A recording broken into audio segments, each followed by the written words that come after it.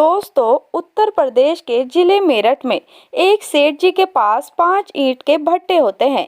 ईंट भट्टों पर काम करने वालों की संख्या भी तकरीबन 500 से ज्यादा होती है। इन मजदूरों में एक नौजवान लड़की जिसका नाम रचना होता है, वह अपनी 12वीं की पढ़ाई पूरी करके काम करने के लिए आती है। दोस्तों, वह लड़की जितनी ज्यादा खूबसूरत होती है, उतनी ही ज्यादा होशियार और मेहनती भी थी। दोस्तों, सभी मजदूर गांव से ही काम करने के लिए आते थे। रचना जब उनके साथ मिलकर काम किया करती थी तो वह उन सब में अलग ही नजर आती थी, क्योंकि वह बेहद खूबसूरत थी। एक दिन सेठ जी का लड़का बाहर शहर से आता है और भट्टे का मुआयना करने के लिए भट्टे पर पहुंचता है तो उसकी नज़र उस लड़की पर भी पड़ती है और वह उसकी खूबसूरती का कायल हो जाता है और बस दिन रात उसी की ताक में लगा रहता है कि कहीं उससे कुछ बात करने का मौका मिले। जिस वजह से रचना के माँ बाप की फिक्र बढ़ जाती है, क्योंकि उन्हें अच्छे से मालूम था कि कुछ भी गलत हुआ तो इल्ज़ाम उन्हीं के ऊपर आएगा, जिसका अंजाम बहुत भयानक होगा। और आखिरकार ऐसा ही होता है जिसका उन्हें डर था। दोस्तों, बहुत ही रोमांचक कहानी है, तो चलिए जानते हैं पूरी कहानी के बारे में। सेठ जी का पूरा नाम सेठ धनराज सिंह होता है। इन 5 भट्टों से अलग उनके पास 3400 बीघा की खेती होती है। आसपास के क्षेत्र में उनका नाम था, रुतबा था। उनके पास बहुत दौलत शौहरत थी। लोग बड़ी इज्जत किया करते थे उनकी। सब कुछ था उनके पास, किसी चीज की कोई कमी नहीं थी।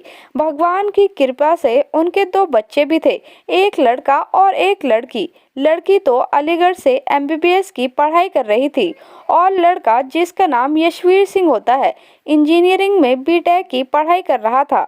यशवीर बीटेक करने के बाद एक कंपनी में जॉब करने लगता है और 40,000 की उसकी सैलरी होती है। तो एक दिन सेठ जी उससे कहते हैं कि बेटा, यह प्राइवेट नौकरी छोड़ दो और हमारा जो व्यापार है उसको संभालो, इसे और आगे बढ़ाओ।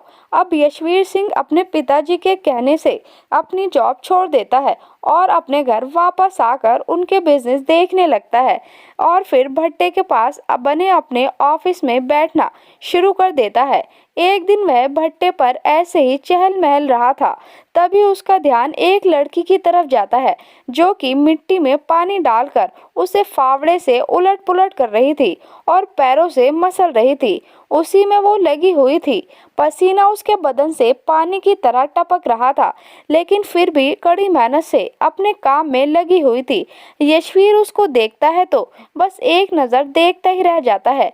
पसीने से उसका चेहरा चांद की तरह चमक रहा था और हाथ पैरों में धूल मिट्टी लगी हुई थी। वह कोई और नहीं, रचना ही थी। जैसे ही रचना यशवीर सिंह को देखती है तो वह मिट्टी से बाहर निकलकर पास ही पड़े अपने दुपट्टे को उठा लेती है और अपने सर पर ओढ़ लेती है। कुछ देर तक रचना को देखने के बाद यशवीर वहां से वापस चला जाता है। अब अगली सुबह वह फिर से वहां जाता है। रचना वहीं मिट्टी को मसल रही थी जिससे कि ईंटों को पाता जा सके। जैसे ही उसकी नज़र सेठ जी के बेटे पर पड़ती है तो वह फिर से अपना दुपट्टा उठाकर ओढ़ लेती है। दोस्तों, रचना ऐसे ही अपने माँ बाप के साथ काम में हाथ बांटा करती थी। वह तीसरे दिन जब भट्टे पर पहुंचता है तो उसको रचना कहीं नहीं दिखाई देती। ना तो उसके माँ बाप भट्टे पर होते हैं और ना ही रचना। वो पूरे भट्टे का कोना कोना छान लेता है, लेकिन रचना का कोई नामो निशान नहीं मिलता। उदास होकर वह वापस अपने ऑफिस लौटता है। वह काफी थक भी चुका था तो बस अपने ऑफिस की एसी चालू करता है और कुछ देर वहीं आराम करता है। शाम में वो फिर से रचना को देखने के लिए जाता है, जहां वह खाना खाते थे, सोते थे, वहीं सब जगह पर ढूंढता है, लेकिन उसको वो कहीं नहीं मिलती। दोस्तों, 10 दिन तक वह ऐसे ही रोजाना आता है और उदास चेहरे के साथ वापस लौट जाता था। 11वें दिन जब वह फिर से जाता है तो वह लड़की उसको वहीं पर काम करते हुए दिखाई दे जाती है। उसको देखकर वह बहुत ही खुश हो जाता है और फिर उसके पास जाकर कहता है कि यार, तुम कहाँ चली गई थी? तुम्हें मैंने कहाँ कहाँ नहीं ढूंढा। तो रचना कहती है, कहीं नहीं, हम तो यही काम कर रहे थे। तो वह बोलता है कि मैं तो रोजाना यहीं आता था, तुम तो मुझे कहीं नहीं दिखाई दी। इतने में वहां रचना की मम्मी पापा आ जाते हैं और यशवीर सिंह को प्रणाम नमस्ते करते हैं, क्योंकि वह लोग जानते थे कि सेठ जी का बेटा है, उसका बड़ा आदर सम्मान करते थे। तो यश उनसे पूछता है कि आप लोग यहाँ कितने समय से काम कर रहे हैं। तो रचना के पिताजी कहते हैं कि छोटे मालिक, हमें यहाँ 20 साल हो गए हैं काम करते हुए। फिर वह रचना के बारे में जानकारी लेता है तो वह बताते हैं कि यह हमारी बिटिया है। यश कहता है कि बहुत ही मेहनती है, बहुत ही लगन से अपना पूरा काम करती है। यहाँ की लड़कियां तो इतना काम नहीं करती और हमारे घर की लड़कियां तो आटा भी नहीं गूंद पाए। और फिर यह तो पूरा एक बोगी मिट्टी है, यह बेचारी इसको मसलती रहती है। तो उसके माँ बाप बोलते हैं कि हाँ छोटे मालिक, बहुत काम करती है, बहुत मेहनती है। तो यश कहता है कि आपकी लड़की तो बहुत बढ़िया है। तो दोस्तों, इतना सुनने के बाद रचना यश को थैंक यू बोलती है। अंग्रेजी के दो अल्फाजों को जब रचना के मम्मी पापा सुनते हैं तो उनको बहुत गर्व महसूस होता है और वह बोलते हैं कि छोटे मालिक, हमारी बेटियां पढ़ी लिखी भी है। यह बचपन से ही अपने नानी के घर रहती थी, वहीं से 12वीं कक्षा तक पढ़ी है। जब इसकी नानी की मृत्यु हो गई तो हमने इसे वापस बुला लिया। अब ये हमारे साथ यहीं रहती है और बस 1-2 साल में इसकी शादी करा देंगे, फिर अपने ससुराल में चली जाएगी। अब जब रचना के माँ बाप ने उसकी तारीफ की और बताया कि पढ़ी लिखी होशियार है, तो यश उससे पूछता है कि कौन से सब्जेक्ट से तुमने अपनी 12वीं की कक्षा पूरी की है। तो रचना बोलती है कि मैंने साइंस मैथ से पढ़ाई की है। इतना सुनने के बाद यश हैरान रह जाता है और कहता है कि मैथ तो बड़ा मुश्किल और कठोर सब्जेक्ट है। तो रचना बोलती है कि कुछ भी मुश्किल नहीं है, मेरा पसंदीदा सब्जेक्ट है मैथ। और उसने बोला अच्छा, और फिर पूछता है कि तुमसे टेबल यानी पहाड़े तो याद है ना। तो रचना बोलती है हाँ है, 100 तक याद है। तो यश मुस्कुराते हुए बोलता है कि 100 मतलब 10 ढाई, 100 वाला। तो रचना ने कहा कि नहीं, 100 ढाई हजार वाला पूरा याद है मुझे। दोस्तों, अगर आप किसी से कह दे कि मुझे 20 तक पहाड़े याद है तो सामने वाला इंसान तुरंत आपकी क्लास लेना शुरू करेगा और अच्छा कहेगा कि सुनाओ, 17 का पहाड़ा सुनाओ या फिर 19 का सुनाओ। तो ऐसे ही यश ने उससे फौरन कहा कि अच्छा ठीक है, 63 का सुनाओ, 65 का सुनाओ, 75 का सुनाओ। रचना फटाफट उसको पहाड़े सुना देती है और वह बस फोन में कैलकुलेटर ही करता रह जाता है। वह देख रहा था कि सही सुना रही है या गलत। दोस्तों, जब उसने एक एक पहाड़ा बिल्कुल सही सही सुनाया तो यश अचंभे में पड़ जाता है। वह उससे बहुत ज़्यादा इम्प्रेस भी हो जाता है। फिर वह बोलता है कि क्या तुम इस ईंट का क्षेत्रफल निकाल सकती हो। तो वह कहती है ईंट क्या चीज़ है, मैं तो पूरे भट्टे का क्षेत्रफल निकाल सकती हूँ। आप कहे तो इस चिमनी का क्षेत्रफल निकाल दूँ, आप जहाँ रोज बैठते हैं उस ऑफिस का क्षेत्रफल निकाल दूँ, हर चीज़ का क्षेत्रफल मैं आसानी से निकाल सकती हूँ। यश भी पढ़ा लिखा था तो वह उसकी बातों को समझ जाता है और भी कुछ सवाल जवाब उससे वो करता है। बहुत ज़्यादा वह उससे इम्प्रेस हो जाता है। अब दोस्तों, रचना के माँ बाप भी वहीं खड़े उनकी सारी बातें सुन रहे थे। फिर वह यशवीर जी से पूछते हैं कि साहब, कैसी है हमारी बेटी, कुछ पढ़ाई लिखाई जानती भी है या नहीं। तो बोलता है कि क्या ही बताऊँ आपको चाचा जी, बहुत ही टैलेंटेड है आपकी लड़की, आपकी समझ में शायद नहीं आए, लेकिन यह कोई भी इम्तिहान बड़ी आराम से पास कर सकती है। इतनी पढ़ी लिखी और होशियार है, सचमुच मैं ये बहुत अद्भुत है। इतना कहकर वह वहाँ से चला जाता है। फिर वह रोजाना उसके पास आता है और फिर घंटों उससे ऐसे ही बातें करता रहता है, कभी कुछ बात तो कभी कुछ बात। धीरे धीरे दोनों को आंखों आंखों में ही प्यार हो जाता है। अब 2-3 दिन के लिए यशवीर अपनी बहन जो अलीगढ़ में पढ़ाई कर रही थी उससे मिलने के लिए चला जाता है। वहां से 3 दिन बाद वापस लौटता है और चौथे दिन भट्टे पर जब पहुंचता है तो सीधा रचना के पास जाता है। आज रचना थोड़ी सी उदास दिख रही थी। फिर वह जब उसको देखती है तो खुश हो जाती है और पूछती है कि आप बिना बताए कहाँ चले गए थे। तो उसने बोला कि बताने की क्या आवश्यकता है। तो लड़की कहती है नहीं, यहाँ आपका कोई इंतजार कर रहा था। तो यश पूछता है कि कौन। तो उसने बोला कि कोई लड़की आपके यहाँ काम करने वाली मजदूर। वह समझ जाता है और बोलता है कि क्या बात है, क्या तुम सचमुच मेरा इंतजार कर रही थी। तो उसने बोला अच्छा, ऐसे तो मैंने भी तुम्हारा 10 दिनों तक इंतजार किया था, तब तुम कहाँ चली गई थी। तो वह कहती है कि हमें दूसरे भट्टे पर भेज दिया गया था, वहाँ काम थोड़ा ज्यादा था, इसीलिए हम यहाँ 10 दिन नहीं थे। उस दिन मैंने तुमसे झूठ कहा था कि मैं यहीं थी। तो फिर यश भी बता देता है कि यार मैं भी अपनी बहन से मिलने गया था, उसकी शादी जो करनी है उसके लिए लड़का भी देखने जाना है, अभी कल या परसों ही जाएंगे। तो रचना कहती है कि आपकी शादी कब होगी? तो इस पर यश कहता है कि मैं तो पहले ही शादी कर चुका हूँ, मैं तो शादीशुदा आदमी हूँ। इतना सुनने के बाद रचना की आंखें नम हो जाती है, मानो उसकी कोई अनमोल चीज उससे छीन ली हो किसी ने। अब यश उसकी ऐसी हालत देखता है तो उसके पास जाता है और कहता है कि क्या हुआ यार, मैं तो बस मजाक कर रहा था तुमसे। तो रचना कहती है नहीं, आप मजाक नहीं कर रहे हो। तो यश बोलता है कि मैं तुम्हारे सर की कसम खाकर कहता हूँ कि यार मेरी शादी नहीं हुई है, मैंने तो बस मजाक में ऐसे ही बोल दिया। रचना कहती है कि मैं कौन होती हूँ आपकी जो आप मेरी कसम खा रहे हो। दोस्तों यश उसका हाथ पकड़ लेता है और बोलता है कि तुम शायद नहीं जानते कि तुम मेरे लिए क्या हो। इसके बाद दोस्तों दोनों एक दूसरे की आंखों में खो जाते हैं और फिर एक दूसरे के गले लिपट जाते हैं। अब इन दोनों को किसी बात की कोई फिक्र नहीं रहती कि ये कहाँ खड़े हैं, कोई उनको देख रहा है या नहीं, और यह 2-3 मिनट तक ऐसे ही एक दूसरे के गले लगकर चिपके रहते हैं।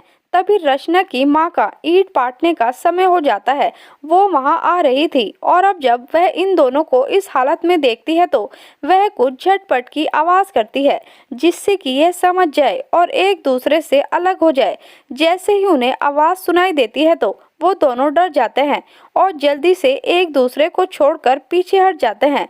रचना की माँ आती है और यश से कहती है कि साहब आप यहाँ क्यों आए हो, तेज धूप हो रही है, आपको ऐसे धूप में मजदूरों के साथ रहना ठीक नहीं है, आप अपने ऑफिस में जाकर बैठ जाइए। दोस्तों यश के वहां से जाने के बाद रचना की माँ उसकी बढ़िया से क्लास लेती है और उसको खबरदार करते हुए कहती है कि बिटिया देखो यह बड़े लोग हैं, इनके चक्कर में पड़ना सही नहीं है, ये बहुत खराब लोग होते हैं, हम तो इनका कुछ बिगाड़ भी नहीं सकते। अगर सेठ जी को इन सब बातों के बारे में भनक लग गई तो वह हम तीनों को जिंदा भट्टे में झोंक देंगे, किसी को कानो कान खबर भी नहीं होने देंगे।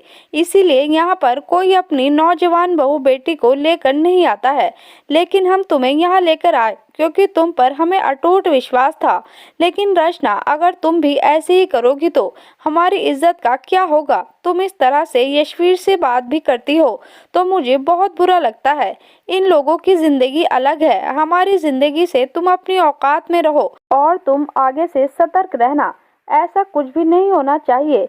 दोस्तों रचना ने जिंदगी में पहली बार किसी से प्यार किया था, लेकिन इतनी फटकार के साथ उस पर रोक लगा दी जाती है, उस पर पाबंदियां लगा दी जाती है।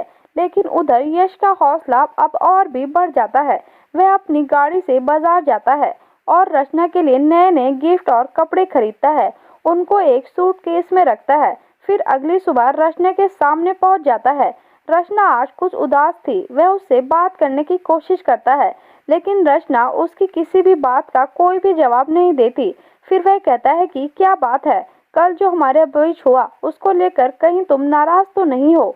यह देखो हम तुम्हारे लिए कुछ तोहफे लाए हैं। तो रचना उससे गुस्से में बोलती है कि छोटे मालिक आप प्लीज मेरे पास मत आया करो, कल माँ ने देख लिया था तो मुझे बहुत खरी खोटी सुनाई थी। अगर आपके पिताजी को इस बारे में पता चल गया तो वह हम सबको जान से मार देंगे, आपको तो कुछ नहीं कहेंगे। तो प्लीज आपसे हाथ जोड़कर विनती करती हूँ कि आप मेरा पीछा छोड़ दीजिए और मुझसे बात मत किया करें, यहाँ मेरे पास आने की भी कोई जरूरत नहीं है। रचना की माँ ने उन्हें कल गले से लगते हुए देख लिया था तो वह भी वहाँ आ जाती है और हाथ जोड़कर कहती है कि साहब हम गरीब आदमी हैं, आप हमारे पेट पर लात मत मारिए, पिछले 20 सालों से हम यही मेहनत मजदूरी करके अपना जीवन बिता रहे हैं, अगर बड़े मालिक को पता चल गया तो वह हमारी खाल खिंचवा देंगे, वह यह नहीं सुनेंगे कि गलती किसकी है।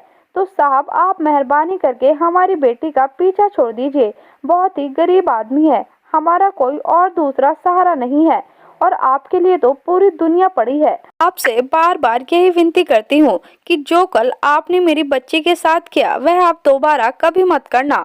फिर वह रोने लगती है। इतना सब सुनकर यश वहाँ से निराश होकर अपने ऑफिस लौट जाता है और फिर रचना भी फूट फूट कर रोने लगती है क्योंकि आज उसके प्यार का अंत हो चुका था। शाम को यश अपने मम्मी पापा के साथ बैठकर खाना खा रहा था। तभी वो उनसे कहता है कि पापा मुझे शादी करनी है। तो उसके पिताजी धनराज सिंह जी हंसते हुए कहते हैं कि बेटा कर ले शादी, मैं कब तुझे मना कर रहा हूँ। तो यश कहता है कि नहीं पापा, मैं मजाक नहीं कर रहा, मुझे शादी करनी ही है। तो धनराज सेठ कहते हैं कि बेटा हम भी मजाक नहीं कर रहे हैं, यह बताओ कोई लड़की पसंद कर रखी है क्या तुमने? मैंने तो तुझसे पहले ही बोल दिया था कि यह लड़की वड़की को देखने के लिए सिरदर्दी मुझे मत देना, अपना खुद ही देखकर हमें बता देना।